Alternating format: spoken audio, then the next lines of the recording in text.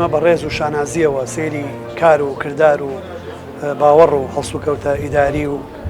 دارایی و کۆمەڵایەتی و خزمەتگوزاریەکانی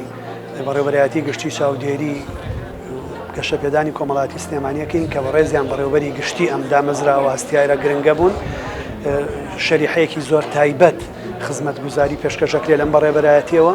ئێمە هەماهەنگی تەواوی بەڕێوەبەرایەتیەکە و کۆی دام و دەستگا و سەنتەر و بەڕێوەبەرایەتیەکانیان بووین بەڕێزیان زۆر بە باشی زۆر بە چاکی دەوڵەتدارانە توانیوێتی خزمەت بکە لەگەڵ بەڕێوەبەرە گشتیەکانی ترە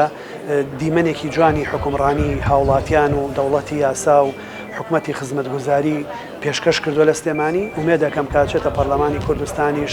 بە تایبەتی ببێ بە نوێنەری ئەو چینە تایبەتەی کە خاوەن پێداویستە تایبەتیەکانن نوێنەرێکی تەواو بێت لەگەڵ هەموو ئەندام پەرلەمانەکانی تر بۆ شارەکەمان سلێمانی و ناوچەکەمان پارێزگای سلێمانی بۆ کوردستان بۆی بتوانرێ ئەو یاسایانە دەربکرێ کە باشتر ئەتوانن ڕێخستنی کۆمەڵایەتی و پەرەپێدانی کۆمەڵایەتی و گەشەپێدانی کۆمەڵایەتی بەرجەستە بکەن لە وڵاتەکەمان.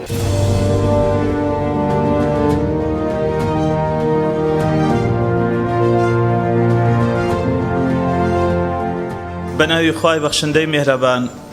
من عومەر عەبدوڵڵا فەتاح محەممەد بەخوای گەورە سوێن دەخۆم کە پارێزگاری یەکێتی گەل و